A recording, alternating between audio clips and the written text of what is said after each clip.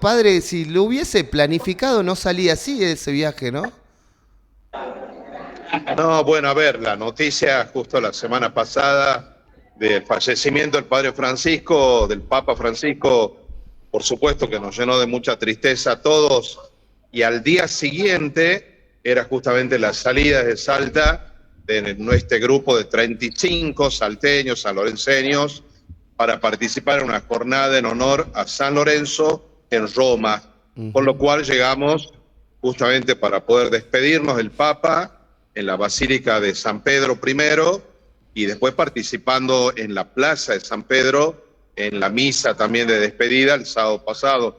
Muy emocionante todo en el sentido de ver gente de todo el mundo que con tanto cariño, ¿no?, aceptaron la persona y el Claro. mensaje de Francisco en estos años y de alguna forma llevar sin quererlo esta representación de Salta también a la ciudad de Roma. La verdad que muy lindo. Nosotros lo fuimos siguiendo, padre, a través de sus redes sociales, que invitamos a la gente a seguirlo, porque tiene mucha actividad. Y había días que se hizo imposible llegar cerca de donde era el velatorio de Francisco, pero finalmente el último día pudieron ya estar ahí muy cerquita, de acuerdo a los videos que nos pudo mandar. Sí, tal cual. Bueno, esa mañana de la misa el sábado, en concreto, fuimos a las 4 de la mañana, la misa era a las 10 Uf, para poder tener un lugar. Yo en el reparto de los sacerdotes y otras personas del grupo para poder entrar a la plaza. Otros prefirieron quedarse en cerquita de Santa María la Mayor, que era la ubicación además de nuestro hotel, para ver cuando ya llevaran el féretro propiamente del Papa. Y como les decía, ¿no?, en distintos lugares, la gente que nos veía con las banderas argentinas o con pañuelos que tenían también la inscripción de Argentina, nos abrazaban, nos agradecían a nosotros mirá haberles vos. dado al Papa Francisco, nos bendecían por el regalo del Papa Francisco. Hubo algún caso que también a los gritos un italiano nos decía, bueno, se viene San Francisco primero, Y, para remarcar la canonización del Papa, no de San Francisco de Asís, que claro. obviamente lo es desde hace siglos. Así que todo muy conmovedor, una mezcla de sentimientos por la tristeza de la ausencia física de Francisco y la alegría y la esperanza, ¿no?, de una iglesia que esperamos el Espíritu Santo nos regale el Papa que necesitamos en este momento. Padre, este fin de semana, charlando un poco con amigos de lo que había pasado y de toda esta situación, nos surgió la incógnita. Durante estos días, hasta que se celebre el cónclave y se elija un nuevo papa, ¿quién es la cabeza de la iglesia? ¿Quién es? Perdón. La cabeza, ¿quién preside a la iglesia, al Estado durante estos días, entre que, bueno, el Papa Francisco fallece y se elige un nuevo papa? ¿Qué pasa durante estos días? Sí, tengo entendido, no estoy seguro si es el decano de los cardenales, que es el cardenal que presidió la misa el día sábado, Gian Battista Re, italiano, o es el camarlengo, que es el que avisó la noticia del fallecimiento, que es un cardenal estadounidense, no estoy seguro, o incluso no sé si en las reuniones que ya tienen los cardenales en estos días, ellos eligen también esa figura de transición, Bien. pero está todo clarísimo, ¿no? Tanto en el derecho canónico como en los dictámenes que renovó Juan Pablo II, los renovó también en algún sentido Benedicto y mucho más Francisco, que pidió cosas mucho más simples, más sencillas y que estén más hacia la atención de todo el público. Bien. Padre, yo quería preguntarle sobre la figura de Francisco. La verdad que nosotros hemos vivido una semana muy intensa desde lo emocional y eso que nosotros particularmente no somos militantes de la religión, ni fieles practicantes, ni mucho menos, y nos hemos cruzado con gente que incluso estaba alejada de toda práctica religiosa, aún así estaba conmovida por la figura del Papa Francisco. ¿Cree que este acercamiento que ha logrado en su papado de mucha gente que se había alejado de la iglesia va a mantenerse? ¿Se podrá mantener? Sí, confío que sí, totalmente. A mí me impresionó al leer el testamento brevísimo que Sí. dejó, que su frase final es que él ofrecía, esto lo escribió hace 2 años ya, ofrecía los sufrimientos o el Ujú. detrimento de la fragilidad por su edad o por sus enfermedades, los ofrecía por la paz universal y por la fraternidad de todos los pueblos. Claro, La paz y la fraternidad no los ofrecía por la evangelización, por decir, bueno, que la gente se convierta y se hagan bautizar, se hagan cristianos, no. Es un mensaje que forma parte, sin lugar a dudas, del Evangelio de Jesucristo, el mensaje de la paz. Los ángeles en Belén anunciaron paz a los hombres de buena voluntad. Y la fraternidad, que nos reconozcamos hermanos, ese mensaje que excede la predicación de una doctrina o de una religión, creo que es el que le llega a todo el mundo, incluidos los cristianos y los claro. católicos, por supuesto.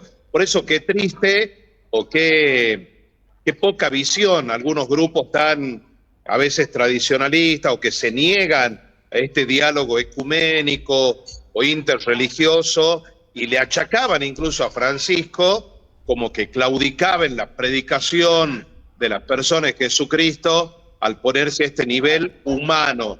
Y de ninguna manera, porque el mensaje de Jesucristo, antes que nada, es humano y nos habla justamente de una humanidad querida, redimida, abrazada por el mismo Dios. En el hotel donde nosotros estábamos, Ujú. el conserje estaba emocionado y nos contaba, que sabía obviamente que yo era sacerdote y que éramos de un grupo de iglesia, nos decía, miren, aquella chica, y nos decía el número de la habitación, dice, vino de Milán, es de Rumania, y vino solo a despedirse de Francisco, pero recalcando que ella no cree en Dios Qué y no bárbaro. practica ninguna religión, pero que la persona de Francisco le significaba a alguien que quería venir a Roma, por lo que significa de gasto, de viaje, de tiempo, a despedirse de un hombre que humanamente a ella le resultaba significativo.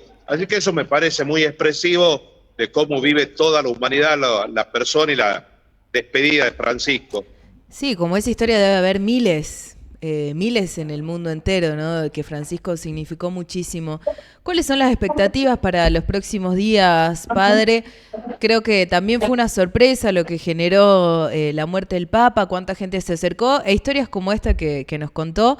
Las expectativas para los próximos días, sobre todo que se viene el cónclave y la elección de un nuevo papa. ¿Cree que todo este clima que ha generado Francisco va a influir en esa decisión que puedan llegar a tomar? Ojalá que sí, yo confío, pero totalmente que el Espíritu Santo anima a la iglesia y a quienes estén escuchando y también por ahí escuchar tantos análisis más políticos, incluso los que vimos la película Cónclave, que me pareció muy bien lograda y muy expresiva de estas situaciones que se viven ante el fallecimiento y la elección del nuevo Papa.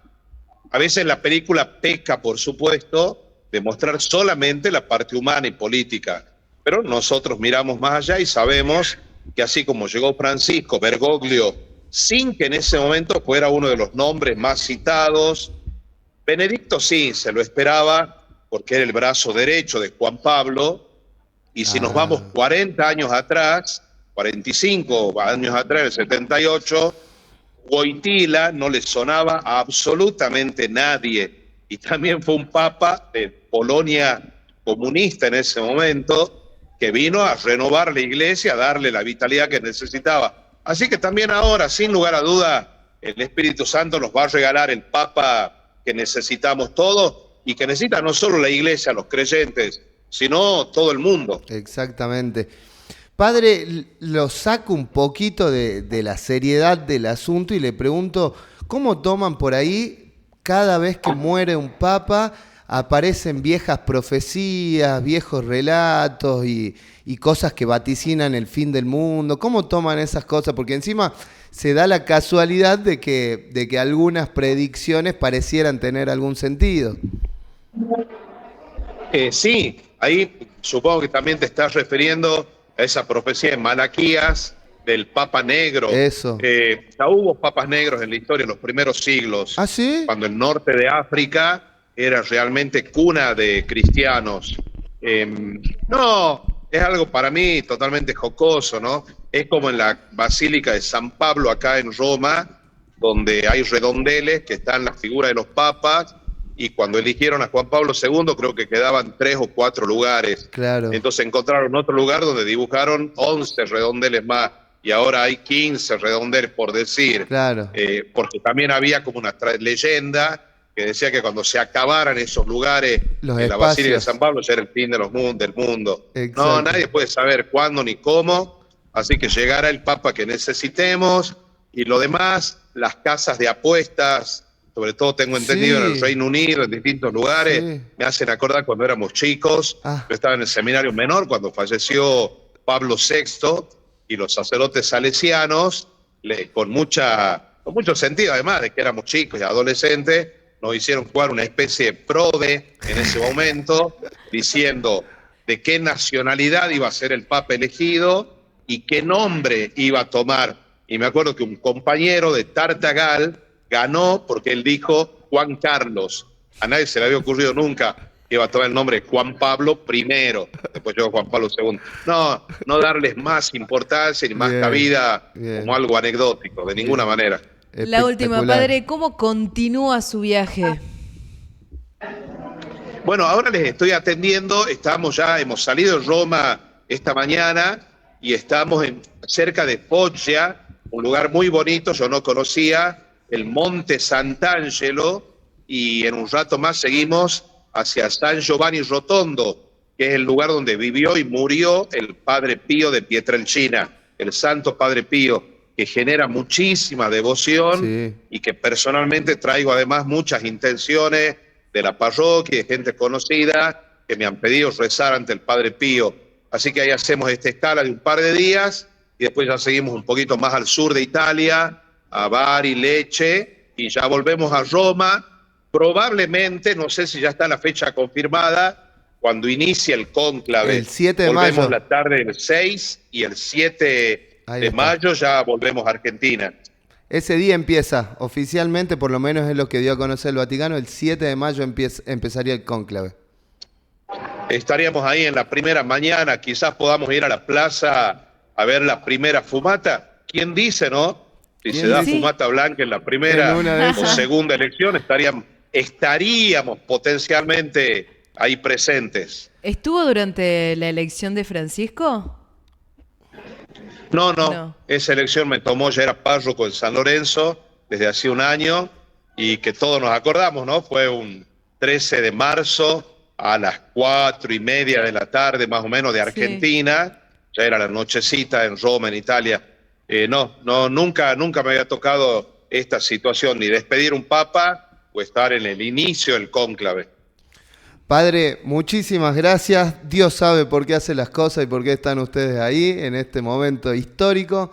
Así que muchas gracias por habernos representado a los salteños, a los que creemos y a los que queríamos al Papa Francisco. Sabíamos que teníamos a uno de los nuestros ahí cerquita, así que eso fue una sensación muy linda. Muchas gracias. Yo le pongo mis fichas, si me permiten. Sí. El Padre Ángel Rossi, mucha gente en Salta lo conoce así, un Sí. sacerdote jesuita de Córdoba, que incluso en Argentina era el referente de Manos Abiertas, una fundación que nació en Chile, de los jesuitas, y que en Salta tiene mucha actividad desde hace 15 o 20 años. Bueno, el Padre Ángel fue hecho arzobispo de Córdoba y cardenal de Córdoba por el Papa Francisco hace un par de años. ¿Quién dice?